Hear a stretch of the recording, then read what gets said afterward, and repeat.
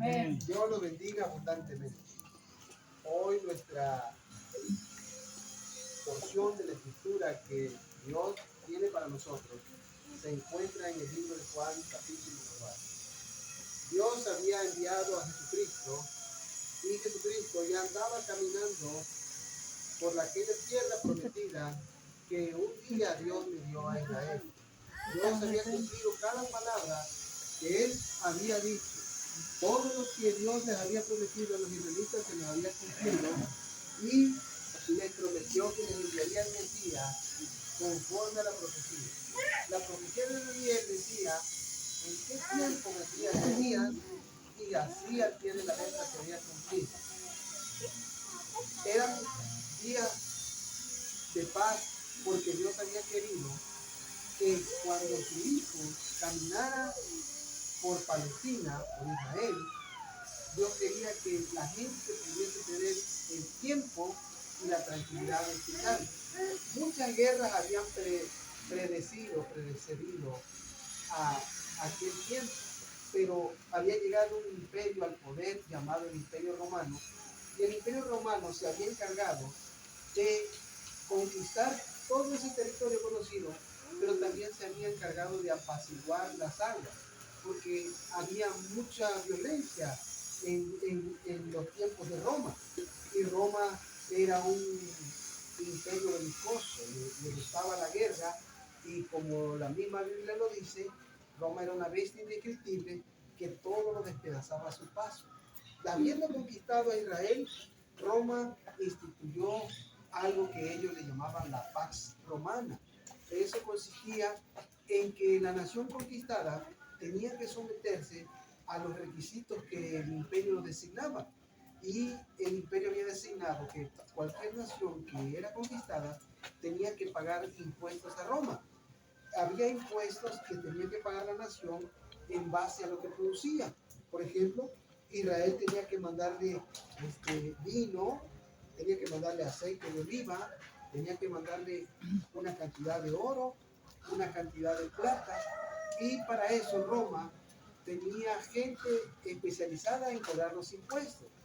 Y en algunas ocasiones, cuando no encontraba entre su propia gente quien se dedicara a esa penosa labor, conseguía gente hasta del mismo pueblo. Por lo tanto, en el pueblo de Israel había gente que se prestaba a eso que los israelitas abominaban, porque no era posible que un mismo miembro del pueblo de Israel se dedicase a cobrar impuestos a su propio pueblo. Tal era el caso de Mateo y de Zaqueo. Eran aborrecidos por su propio pueblo. A veces ellos usaban eso para enriquecerse. Entonces, nuestro Señor ya caminaba entre la gente de su pueblo, pero muchos no sabían que el Mesías ya estaba dentro de Israel, así como ahora, que muchos esperan a futuro que Dios envíe el Espíritu Santo, y Dios ya quiere que la gente tenga el Espíritu Santo dentro de su persona. El Espíritu de Dios ya lo está enviando. Hay personas que sí abren los brazos, abren su corazón para recibir la palabra de Dios. El emperador de ese tiempo se llamaba Tiberio César. Y Tiberio había designado a Herodes Antipas como rey de Judea. Pero como Roma siempre quería tener vigilado a los reyes que designaban, porque Roma, cuando conquistaba un lugar, respetaba su economía. No les importaba a Roma si seguían practicando su religión. A ellos lo que les importaba era el beneficio económico que les mandaba los países conquistados. Entonces, Roma, para poder tener un representante militar, envió a Poncio Pilato. Y entonces Poncio Pilato tenía apaciguada una parte de Galilea, y en otra parte dominaba Herodes, y en otra parte dominaba Felipe, y en otra parte dominaba Lisaría. Entonces, esas cuatro grandes regiones eran dominadas por esos cuatro hombres que le rendían cuentas a Roma. Entonces Jesús, en esos medios, en esos ámbitos, fue que se movió, y Jesús sabía que él tenía que testificar no solamente a los de su pueblo, sino que había otra gente que en su tiempo formaron parte de Israel. Antes, en el tiempo de Salomón, las tribus estaban reunidas, las 12 tribus, pero Salomón había cometido pecado contra Dios, que Dios le había dicho que iba a partir el reino en dos, que una parte se la iba a dar al hijo de Salomón y que otra parte se la iba a dejar a Roboam, un enemigo de Salomón. Cuando Dios le partió el reino a Salomón, entonces sucedió que se convirtió en Judá, que es lo que ahorita es conocido como Israel, y se convirtió en Samaria, lo que en ese tiempo era conocido como Israel. O sea que Dios le dejó al hijo de Salomón, a Roboam le dejó 2 tribus, la tribu de Judá y la tribu de Benjamín, y a Jeroboam le dejó 10 tribus. Ahí fue donde se formó el reino de Samaria, o el reino de Israel, y el reino de Judá. Judá quedaba en el sur, Israel quedaba en el norte. Así como ahorita Estados Unidos está en el norte y México está en el sur. Así de esa manera semejante, que estaban divididos por cierta sección de terreno. Pero antiguamente todo ese era el país de Israel. Las 12 tribus estaban juntas en el tiempo de Saúl, siguieron juntas en el tiempo de David, y siguieron juntas en el tiempo de Salomón. Pero cuando ya vino aquel gran conflicto de que Salomón apostó, las tribus se dividieron, y para ese tiempo Jesús se encaminaba hacia el lugar donde nos narra la historia de San Juan, capítulo 4. Antes de abrir la escritura, vamos a orar así como está. Bondadoso y eterno Padre, santificado sea tu nombre. Que al abrir tu palabra sea ella la que nos ilustre, que tu espíritu nos redarguya de pecado, de juicio y de justicia. Ayúdanos, Padre, a comprender lo que tu Biblia nos dice. Ayúdanos a levantar en alto tu nombre, tu ley y la cruz de Cristo. En el nombre de Jesús. Amén. Amén. Vamos a ver lo que dice Juan, capítulo 4, versículo 1 en adelante. Dice que Jesús se enteró de que los fariseos sabían que él estaba haciendo y bautizando más discípulos que Juan, aunque en realidad no era Jesús quien bautizaba, sino sus discípulos. Juan, capítulo 4, versículo 1, dice que Jesús se enteró de que los fariseos sabían que Jesús hacía y bautizaba. Cuando dice hacía, quiere decir que los evangelizaba. O sea, que no nada más los bautizaba, sino que los ilustraba, les enseñaba. Porque así se le tiene que enseñar a la gente. Porque si nada más se le bautiza a la persona sin darle una educación de respeto a la ley de Dios y a la santidad del camino del Señor, entonces muchas personas se llegarían, pero sin tener conocimiento de los requisitos que marca el Señor a través de su palabra. Entonces Jesús se fue de Judea y volvió otra vez a Galilea. Como tenía que pasar por Samaria, llegó a un pueblo samaritano llamado Sicar. Samaria tenía muchos pueblos porque era grande. Era más grande que Judea porque eran 10 tribus. Entonces Jesús, en su camino hacia Galilea, tenía que pasar por Samaria, por un pueblo llamado Sicar, cerca del terreno que Jacob le había dado a su hijo José. Allí estaba el pozo de Jacob. Jesús, fatigado del camino, se sentó junto al pozo. Era cerca del mediodía y sus discípulos habían ido a comprar comida. En eso llegó a sacar agua una mujer de Samaria, y Jesús le dijo: mujer, dame de beber. Nicodemo había ido a Jesús de noche. ¿Por qué había ido Nicodemo a Jesús de noche, hermano? Para dialogar con él. ¿Pero por qué? ¿Por qué había ido de noche y no de día? Porque no quería que lo vieran, ¿no? ¿Por qué? Porque se escondía de que... ¿Pero por qué? Porque era un líder, era un maestro, un rabino. Pero hay un por qué. ¿Por qué fue de noche?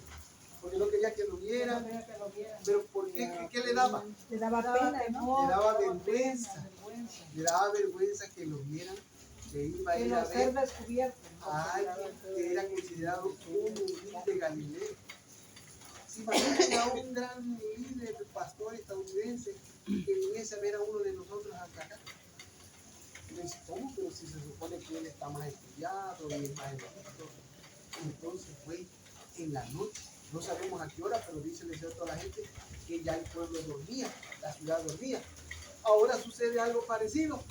Viene una mujer allá en Israel que el sol quema más que aquí.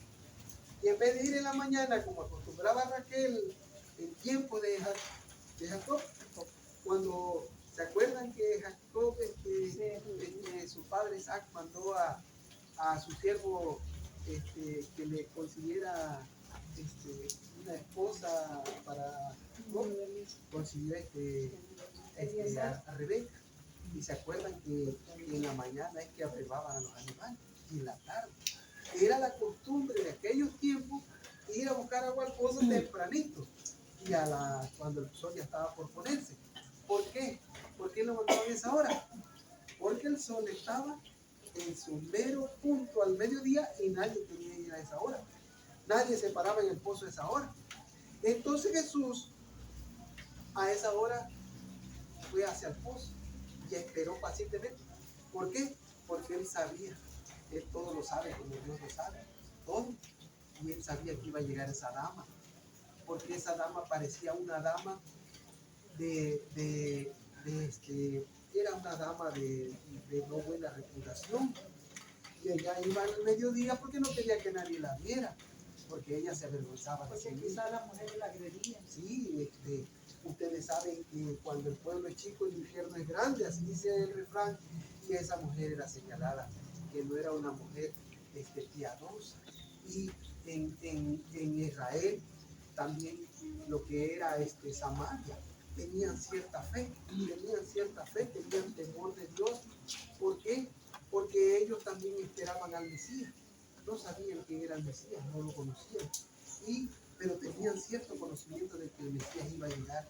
Entonces esa mujer llegó y Jesús, para que ella no se sintiera molesta o agredida, dice el deseo de toda la gente que Jesús no le ofreció hacerle un favor, como Moisés ofreció en su tiempo. Moisés, ¿se acuerdan cuando fue huyendo de Egipto? Se acercó a las hijas de Jetro. Y dice que Moisés abrevó el ganado. Sacó agua. Ajá. Y Moisés ofreció un favor. Y en tiempo de Jacob, también Eliezer, ¿se acuerdan que Raquel sacó, ¿se acuerdan? Agua para el ganado. Y aquí Jesús, para que no se sintiera ella invadida hacia su espacio por aquello de que había un divisionismo entre los judíos y los fariseos, Jesús le pidió un favor, porque fue la forma de desarmar. Mujer, dame de beber. Y ella inmediatamente corrió a su prejuicio.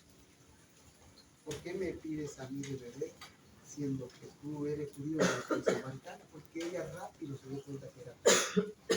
Entonces, dice que como Jesús le pidió, mujer, dame de beber, pero como los judíos no usan nada en común con los samaritanos, la mujer le respondió, ¿cómo se te ocurre pedirme agua si tú eres judío y yo soy samaritana?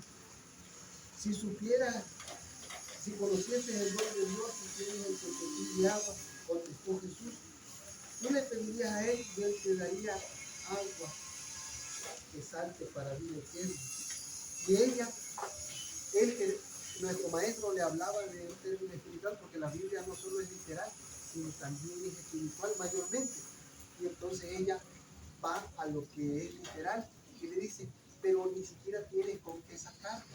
¿Cómo vas a obtener el agua?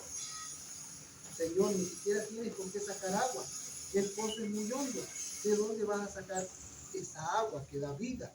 ¿Acaso eres tú superior a nuestro padre Jacob, que nos dejó este pozo, de cual bebieron él y sus hijos? Entonces Jesús le contesta: todo el que beba de esta agua volverá a tener sed. Ciertamente, podemos beber y beber de esa agua día con día. Esa mujer todos los días iba a sacar agua, pero volvía a tener sed porque el agua es un líquido que satisface la sed del cuerpo, la necesita. El agua es uno de los 8 remedios naturales, según Elena G. de White.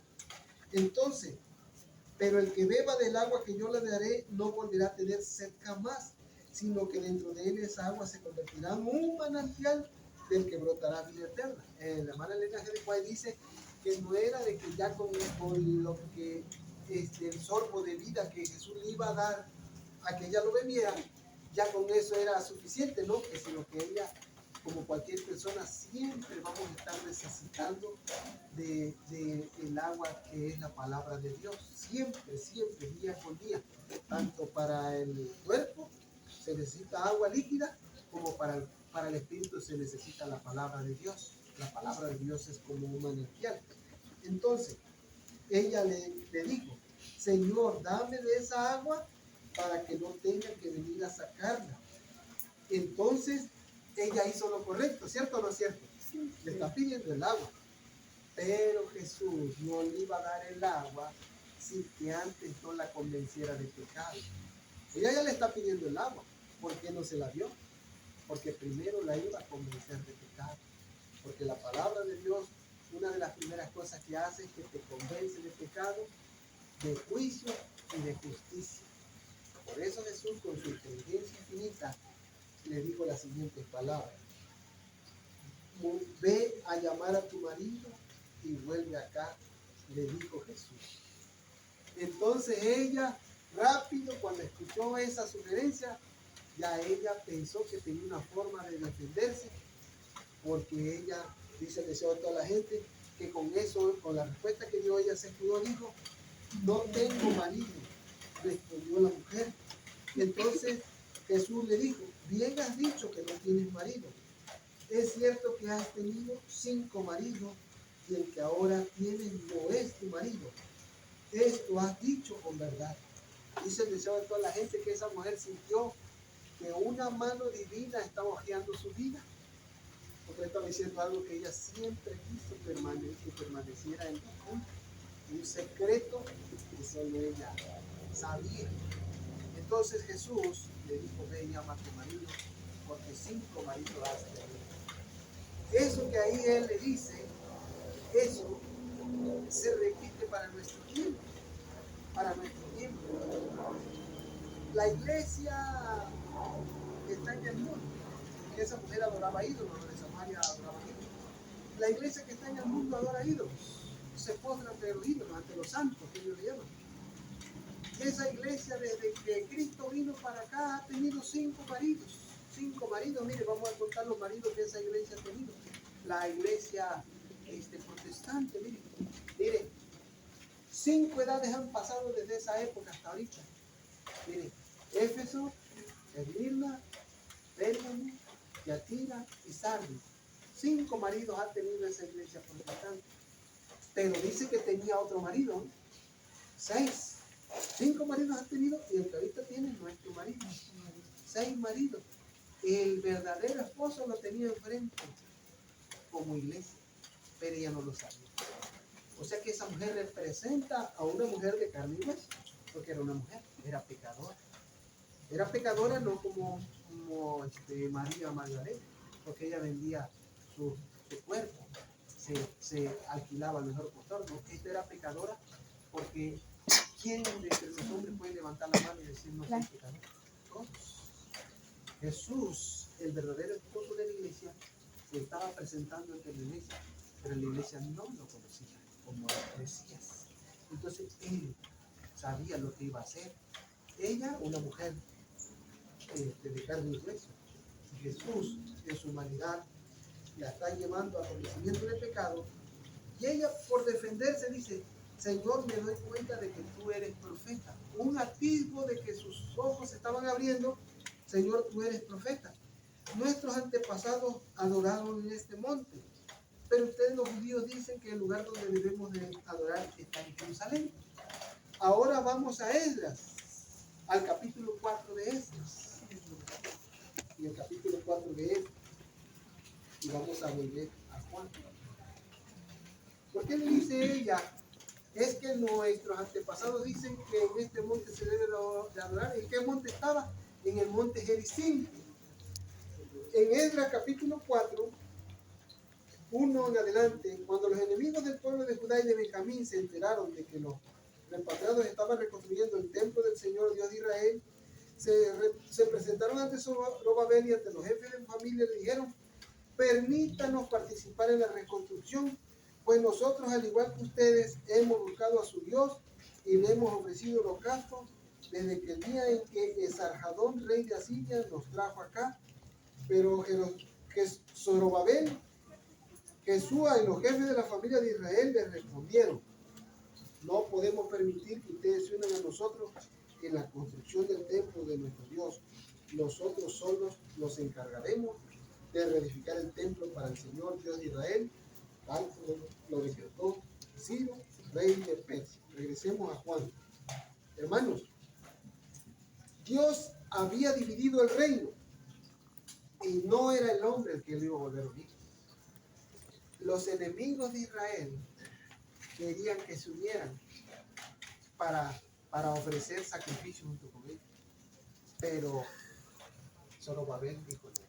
Y le echaron miedo. Escóndete en una cámara porque buscan tu vida, buscan para matar. Imagínense que nosotros nos unamos con aquellos que se postran ante los ídolos, o que nos unamos en lo común. ¿Qué pasaría?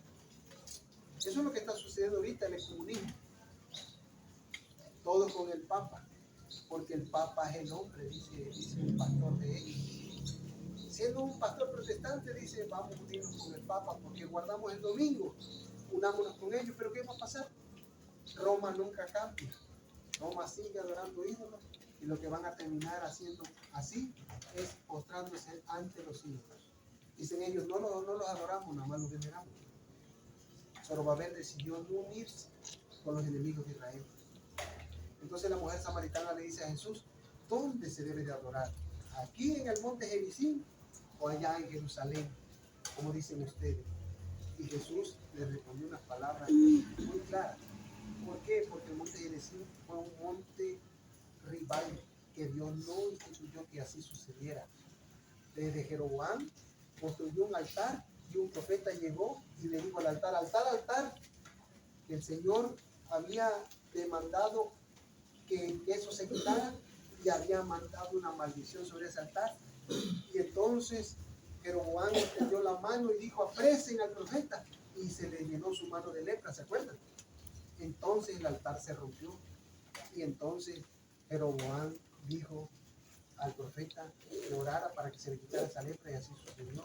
El altar roto ahí estaba y todavía permanecía en el monte Gerizim ese altar destruido, pero hubo reyes que habían reconstruido un templo ahí y ahí ofrecían holocaustos. Entonces Jesús le dice a la mujer: mujer, créeme, se acerca la hora que ni en este monte ni en Jerusalén adorarán al Padre. Los que ustedes adoran lo que no saben, nosotros adoramos lo que sabemos. Porque la salvación proviene de los judíos. ¿Por qué la salvación proviene de los judíos? Porque de allá vino el Mesías. La tribu de Judá. De la tribu de Judá. Así nosotros la venida del séptimo día, tenemos el verdadero mensaje. Tenemos que compartírselo a aquellos que dicen que el domingo es el día de reposo. Aquellos que se postran ante las imágenes y que dicen que a través de esas imágenes adoran a Dios. Aquellos que dicen que Jesús, cuando se le apareció a Juan en el Apocalipsis, allá en la isla de Patmos, dicen que se le apareció en el día del Señor, pero ellos dicen que es el domingo. No, la Biblia, el único día que dice: este es mi día santo, es el sábado. Isaías. Por lo tanto, el evangelio del adventismo tiene que ir todavía al mundo, tiene que compartirse, porque no podemos decirle a la gente: ustedes son pecadores porque no guardan el sábado, porque ellos nos van a decir: pero es que ustedes no nos han hablado de que sea el día del Señor. O sea, que nosotros tenemos una responsabilidad para con Dios y para con el mundo. Para que la iniquidad disminuya, el evangelio tiene que ir al mundo y a la gente que anda en iniquidad. Porque el evangelio es el que convierte el corazón de los hombres y del pecador a Dios y a Cristo. Entonces, se acerca la hora, ya ha llegado ya, en que los verdaderos adoradores rendirán culto al Padre en espíritu y en verdad, porque así quiere el Padre que sean los que adoren. Dios es espíritu y quienes lo adoran deben hacerlo en espíritu y en verdad. Una dama, mientras hacía limpieza en el templo adventista llamado 2 de agosto, estaba predicando el ingeniero José Manuel y la hermana Elsa me llamaba, me decía, oye, mamá, ayúdame a hacer limpieza porque hay campaña toda esta semana. Y yo la ayudaba, pues mi hermana y casi como mi hermana Paz, pues somos los hermanos adventistas, ¿no? Y yo siempre participando con ella, con mi hermana Elsa, desde que éramos parte de los jóvenes de la Iglesia Católica. Yo he andado mucho tiempo con ella en el Evangelio y ella me decía, ven, ayúdame a barrer la calle, y me barría. Un día pasó una dama por ahí, pero hablaba despacito, así como hablo yo, y hablaba más despacito. Y entonces la dama me estaba diciendo algunas cosas y yo barría, pero no le escuchaba y decidí ponerle atención bien. Y entonces me empezó a decir, fíjate, mi hijo, dice que yo tenía un marido, dice que me golpeaba mucho, dice. Yo era católica. Y entonces yo fui allá a la iglesia donde está el Señor de la Salud. Y yo le decía, Señor de la Salud, ayúdame porque mi marido me golpea mucho, me pega y yo ya no aguanto sus golpes. Y dice, yo regresaba a mi casa y mi marido más me pegaba. Y entonces yo dije, pues ¿qué está pasando? Dios no me escucha. Y uno de esos días que me presenté ante el Señor de la Salud, porque así le llamaba a ella, pues, se lo está contando. Algo me hizo que yo me levantara y le levanté su vestido por la parte de atrás y yo le dije, doña, que no la regañara, porque allá andan sacristanas, allá andan los diáconos de la iglesia, no la regañé. No, si algo más fuerte que yo hizo que me levantara y fui y le levanté su vestido, mi hijo le dio un gran hueco así, atrás de su espalda, al Señor de la Salud. Y entonces yo le dije, tú eres un Dios que nos salva porque tú eres un Dios bueno. Así le dijo la señora. Y ella agarró, dice que se salió de la iglesia católica, se salió. Y así hizo ella, su manera de pensar así. Dice que ahí pintó su cruz, dice, en la entrada. Dice, hasta aquí llegué. Jamás voy a volver a venir aquí porque aquí adoran dioses muertos. Y entonces me dijo unas palabras que hasta me fui para atrás. Así me dijo. Ahora yo adoro a Dios en espíritu y en verdad. Amén. Yo me quedé, nunca nadie me había dicho eso. Ahora comprendí las palabras de Jesús cuando le dijo a esa mujer samaritana, llegará el día que ni en este mundo ni en Jerusalén adorarán al Padre en espíritu y en verdad, sino que los que adoren en espíritu y en verdad dicen que el Padre busca tales adoradores. Nosotros somos parte de esos adoradores. Nosotros no vamos hasta Samaria a adorar, ¿sí o no? Tampoco vamos a Israel. Me subí en un taxi para ir a la iglesia Zapata y le pedí permiso al taxista para hablarle del evangelio, pero era un hombre de esos hombres que estudian la escritura pero son muy bravos, y me dijo, ya sé de qué me vas a hablar, dice, me vas a hablar de esto, de esto, de esto, y yo ni siquiera le iba a hablar de eso, pero ya me pegó una regañiza. Y digo, no le iba a hablar de eso. No, es que ustedes dicen que nada más se van a salvar los que guarden los mandamientos y guarden el sábado. Y digo, no. La evidencia más clara de ser salvos por la gracia es que sigues a Jesús. Y Jesús camina en santidad. Jesús camina en obediencia. Por eso los adventistas procuran seguir de cerca a Jesús y se hallan guardando los mandamientos. No confían en que su obediencia paga la justicia de la ley. No. Los adventistas confían en que al seguir a Jesús caminan tras sus huellas, pero Jesús camina en obediencia, camina en santidad. Por lo tanto, los adventistas no esperan ser salvos por la ley, sino ser salvos por gracia. Pero ser salvos por gracia significa que tú sigues a Jesús y Él camina en obediencia y santidad. Yo, así le dije ya, ahora sí ya le regresé la que me hizo. Yo no necesito ir a Jerusalén para ser salvo. Así se quedó. Eso me gusta. No necesito ir a Jerusalén para ser salvo, porque la fe en Jesús, Él es mi justicia. Él es el que paga la exigencia de la ley de Dios. Su sangre pecada sobre la ley de Dios, es lo que nos justifica. Jesús es mi justicia.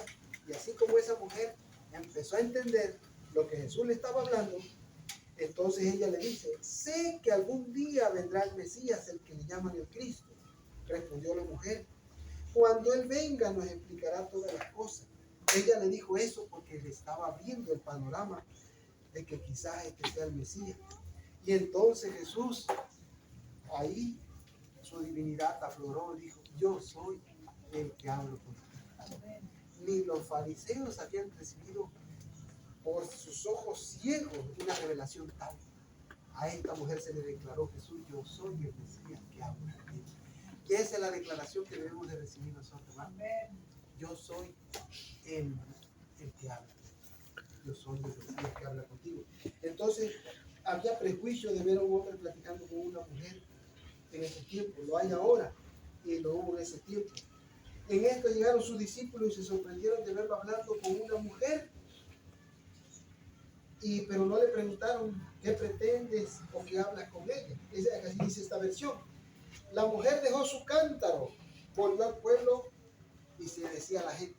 Dice la hermana Juan y le decía a toda la gente que el hecho que ella dejó su cántaro significa que ella ya no quería de esa agua, quería de la que le ofrecía Jesús. Y Jesús no tomó el agua que ella le ofreció. Jesús, ella se olvidó de hacer ese favor. Y entonces Jesús se olvidó hasta de comer, porque los discípulos habían ido a comprar de comer y ya habían regresado. Entonces la mujer dejó su cántaro, volvió al pueblo. Hermanos, pienso yo que cuando esa mujer iba hacia el pozo, iba con la carga del cántaro y con su alma vacía como el cántaro, pero era una mujer que arrastraba los pies. Cuando ella tuvo con el encuentro con Jesús, yo pienso que ella ya venía con una alegría, ¿verdad? Ella venía diferente. Ella quizá venía ya hasta corriendo, porque como el canto dice, encontré a Jesús, encontré a Jesús, encontré a Jesús. Ella ya venía con el alma perdonada. Y eso te hace vivir una vida de fe. Ya no ves que el sol te quema, sino que ya es diferente. Ya no eres aquel hombre juzgador, criticón, o que todo lo ves mal, sino que ves a los hermanos católicos, a los presbiterianos, como almas a quien salvar. Te les acercas, ya no los juzgas de que son pecadores. Jesús les enseñó eso a los discípulos. Los judíos aborrecían y odiaban ver que un judío les pidiera un favor a los samaritanos. Jesús comía con ellos, dormía bajo sus techos, bebía de lo que le ofrecían, entraba a sus reuniones. Este come con los pecadores, este es pecador. No decimos que eres samaritano, porque Jesús actuaba en cierto sentido, recibiéndolo a ellos que eran pecadores y le decían, eres samaritano. Entonces la mujer dejó su cántaro, volvió al pueblo y le decía a la gente, vengan a ver a un hombre que me ha dicho todo lo que he hecho. ¿No será este el Cristo, el Mesías? Salieron del pueblo y fueron a ver a Jesús, mientras tanto sus discípulos le insistían, Rabí, come algo, porque pues Jesús no había comido y eso le provocaba debilidad. Era un hombre muy activo. Jesús le dijo, yo tengo un alimento que ustedes no conocen, replicó él. ¿Le habrá traído a alguien de comer? Comentaban los discípulos. Y entonces Jesús, conociendo su pensamiento, ¿verdad?, le dijo, mi alimento es hacer la voluntad de aquel que me envió y que termine su obra. ¿Cuál era la obra de Jesús? Impartirle vida al mundo, perdonar al mundo, librarlos de pecado y llevarlos a justicia. Jesús le dijo, ¿no dicen ustedes todavía faltan 4 meses para la cosecha? Yo les digo, abran los ojos, miren los campos sembrados, ya la cosecha está madura, ya el segador recibe su salario y recoge el fruto para la vida eterna. Ya les estaba dando la vida eterna en ese momento, por medio de la palabra de perdón, por medio de la palabra de justicia. Ahora, tanto el sembrador como el segador se alegran juntos, porque como dice el refrán, uno es el que siembra y otro es el que cosecha. Yo les he enviado a ustedes a cosechar lo que no les costó ningún trabajo. Otros sembraron y ustedes han entrado en las labores de este trabajo. Muchos de los samaritanos que vivían en aquel pueblo creyeron en él por el testimonio de la mujer que decía, me dijo todo lo que he hecho. Así que cuando los samaritanos fueron a su encuentro, le insistieron en que se quedara con ellos. Jesús permaneció allí 2 días y muchos más llegaron a creer por lo que él mismo decía.